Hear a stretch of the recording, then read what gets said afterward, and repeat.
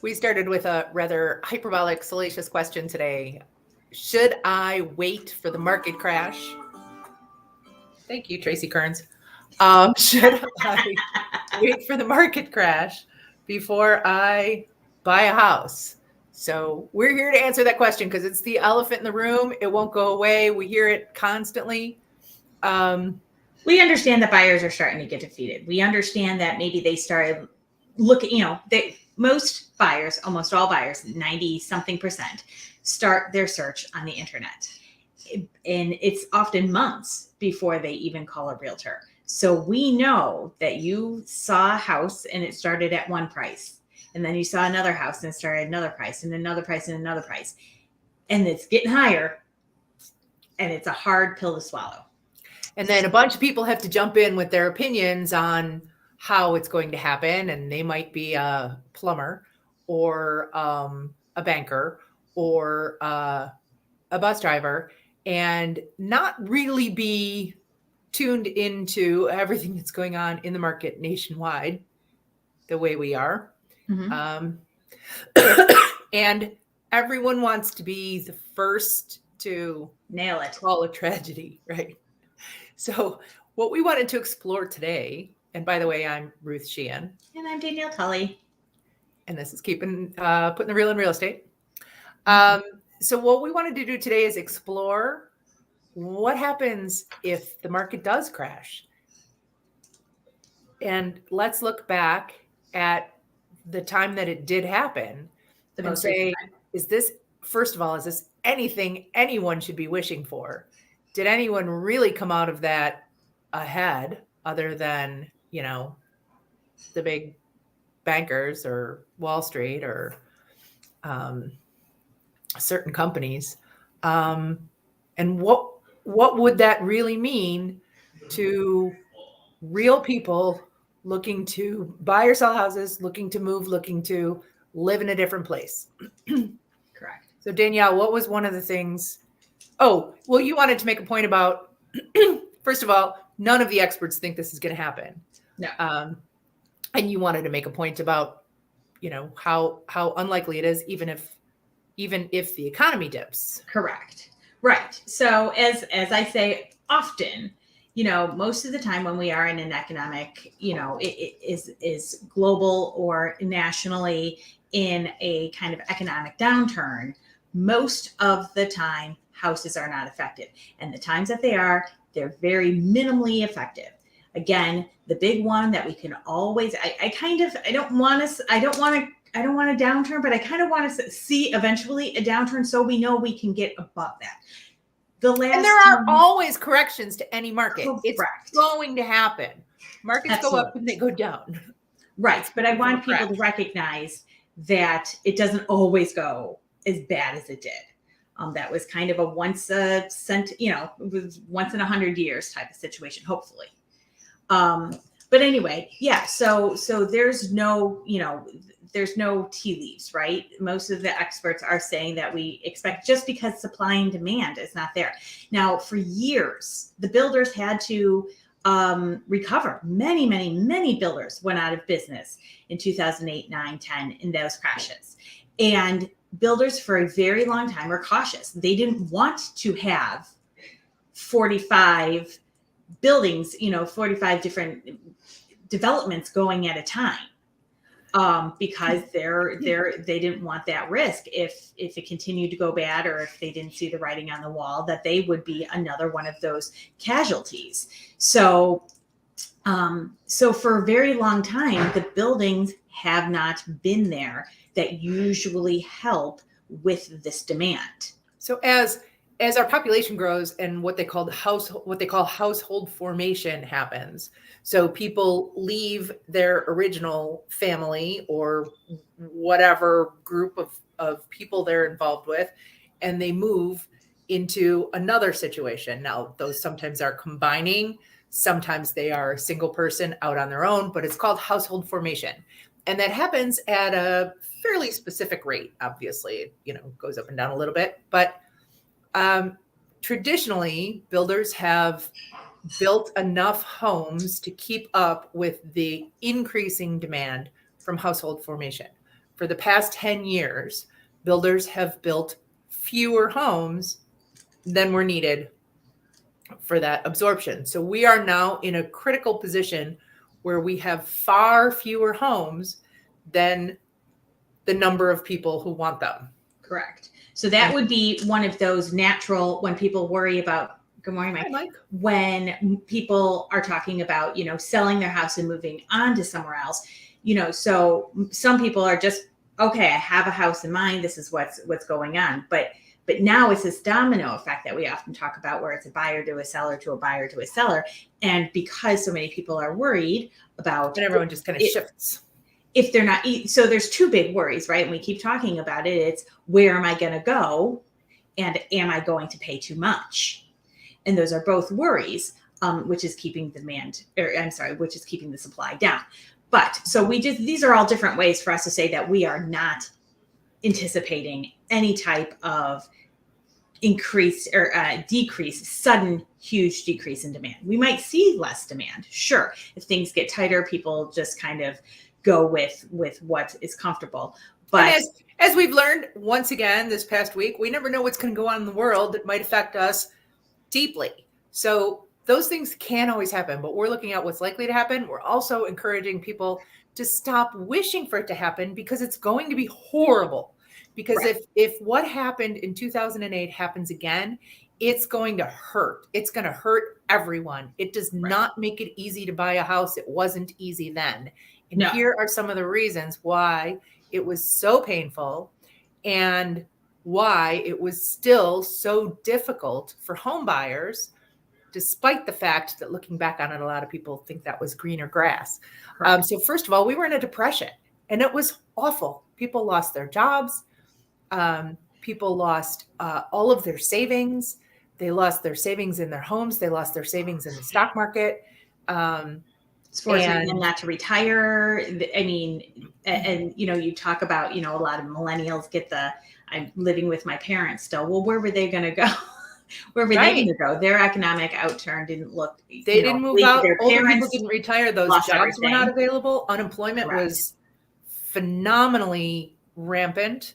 And it was just a nasty financial situation for most of the country. Right. What happened with lending? Interest rates were high. Lending was tight. It was really hard to qualify for a loan. Right. So I'm seeing a lot of people, at least in my situation, where I have people who are waiting for the downturn, tend to be people who are tighter on their budget, tighter with the money that they can put towards it. And the truth is that a percentage of them in 2009, 2010 lending would not even be able to think about qualifying for a loan right now. Right. They're the ones that are going to get hurt the worst. Correct. I mean, we saw this the first probably month of COVID.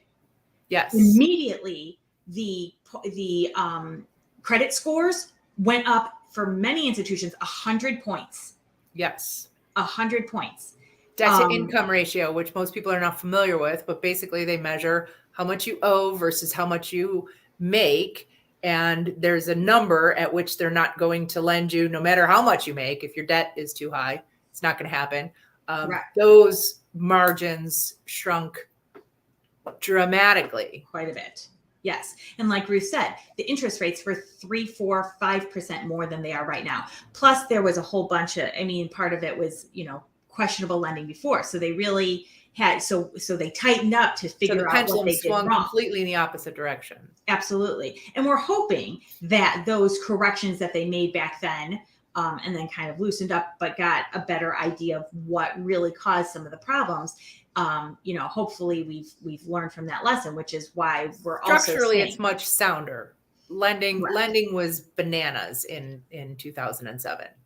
Right. They, talk about if you had a pulse, you could get a loan. If you walked in with a handwritten note, kind of like if you were trying to buy goods at the bank bottle in 1985. Yes. So none of those things are happening now. But it's not for anyone who doesn't have super high credit scores and no debt, it's going to get a lot harder to buy a house. It would be, yeah. And again, because they'll do the same thing. They'll tighten up real fast and figure out they want to minimize their losses, right? It makes sense. So that's part of what would happen. And as interest rates go up, and we've hammered away at this, as interest rates go up, even if prices come down, your payment doesn't. So Right. your affordability does not get better if interest rates go up. And Right. If it goes up 3-4 points on something like that, or, you know, kind of corrects itself, not saying that would probably happen quickly either. They'll probably keep it. But if it goes up 1-2 points, again, for that volatility, for the banks to be able to kind of hedge their bets and go, okay, well, we're not going to lose all this money. We'll, you know, get some. Yeah, you're if it goes down $30,000 or $40,000, how much do you think you're going to be paying more in interest? Your payment's going to be the same. So absolutely, it doesn't put you in any better position. And then I don't know. I mean, this is just a personal preference, but I'd rather give money to a seller to profit on the home that they've lived in and maintained for however many years there are than to give that very same money to a bank. That's a good point. Maybe too. You like banks better than people, but I don't. And then the other thing I want to talk about is, you know, again, another thing that we hear all the time, and this is all different price ranges, is move-in ready, right? Most people, again, if they only have a little to put down or a little to, you know, a little extra cash here and there, and they're seeing it kind of go away, they don't want to put too much. They don't want to move in and then still have $40,000 or $50,000 for the most part. $40,000 or $50,000 to put into the house. They want move-in ready. How are the houses in 2010 and 2011? People do not get foreclosed on pristine, updated houses. No. People who are getting foreclosed on don't have the money to maintain their homes for a long time. Correct. Foreclosures don't happen overnight. So foreclosures, basically, you know, the bank comes in and says, "This is ours now. Get out." People who have put years and years and years of their money into a home to be told that it's no longer theirs and they walk away with zero are not happy. So a lot of times they take literally everything that they can get their hands on. Nailed down. And sometimes things that are nailed down. Oh, absolutely. Absolutely. And so there were stories of people pouring, you know, concrete into toilets and yes. So we're talking little things like selling all the appliances and, you know, even bigger things like the air conditioning unit. To you walk in, there's no cabinets, there's no toilets have been broken. There's tons of things. Now the banks, after a while, got smart about that and they started rehabbing. But again, if the banks are, if the values are down and the banks aren't going to get their money's worth putting all that money into it, you know, who's that going to leave? It's going to be for those who have a lot of cash, who are buying, you know, likely to flip. And then in the last market, by the way, they cut the flippers out, and really, unfortunately, you know, you've got those unintended consequences, stalled that market. I mean, flippers in some cases are the scavengers. They come, you know, they come through and they take something that nobody else wants, that nobody else can do anything with, and they turn it into something reasonable. Might not be fabulous depending on who they are, but at least it's livable, workable, doable. And the policies cut them out. So banks were required to sell these terribly distressed homes directly to people who were going to live in them, who didn't have the means to turn them into something livable. So that was another reason that they sat. Investors weren't allowed to buy them. Sometimes it was 30 days. I mean, sometimes there were different programs and different requirements, but absolutely. So now you're getting your house for $30,000, $40,000 less, or 50, you know, whatever the number is, less than they are today. How much money are you going to put into it? How long is it going to take? It's still going to be another year of you renting or your house depreciating or whatever your situation is. And by the way, let's talk about recent discussion we had among realtors. You're going to go do your inspection at that property with no utilities on. good luck figuring out what's really wrong with it. Correct. Right. Or spending hundreds to get all of it on. For your buyers are spending hundreds to get and taking on the liability, which many won't. Correct. Because if you open up that water and there's a hole, somebody stole all the copper fittings. Right. Now you flooded the basement Mm-hmm. When you put on the water of a house that wasn't yours. So that is definitely not something we want to go back to. We don't recommend it. As far as the question and the fear of what am I going to move into, there will be houses that you can move into. We'll find them. It's not going to necessarily be the smoothest process on the planet. It's not the easiest market in the world to get this done. But if you are waiting for something to happen, and especially if you have a house to sell, oh my goodness, if you have a house to sell and you're waiting for something bad to happen, or you're waiting for more inventory to hit the market, what is that going to do to the price of your house? Correct. You need to understand this is the time you need to sell your house. Whether you can buy one or not is another question, and we'll address that. But for goodness sake, if you want to move, sell your house right now. There's no reason to wait for anything there. And if you are a buyer, if you're only a buyer and you're thinking things are going to turn, maybe I should wait. Listen to what we're saying. Waiting, even if what you're thinking about happens, which we don't think it's going to, it's not going to work out well for you. Well, let's say at $1,500 a month for rent for the next year. Yeah. For price, it may be 6 months to a year. Or you've already been waiting 6 months to a year. That money adds up too. Yeah. That money adds up very fast. Exactly. Because guess what? You're paying for their taxes and their rent and their, everything else. Yep. So, or their mortgage, I should say, instead of their rent. Maybe you can get in on some of that increased value sooner than rather. I mean, because if you think about it, people who bought a year or two probably have a nice little chunk of equity already in their house, right? Just because of what the market's done since they've purchased it. Yep. And if that changes, they're still in the place that they need to be. So they're going to be perfectly content and their life goes on. And that is always it. Real estate does not have to be a short-term gain. You're investing something for presumably several years. And that was the other thing that I think your life there was a problem back in 2007, because I was guilty of this too.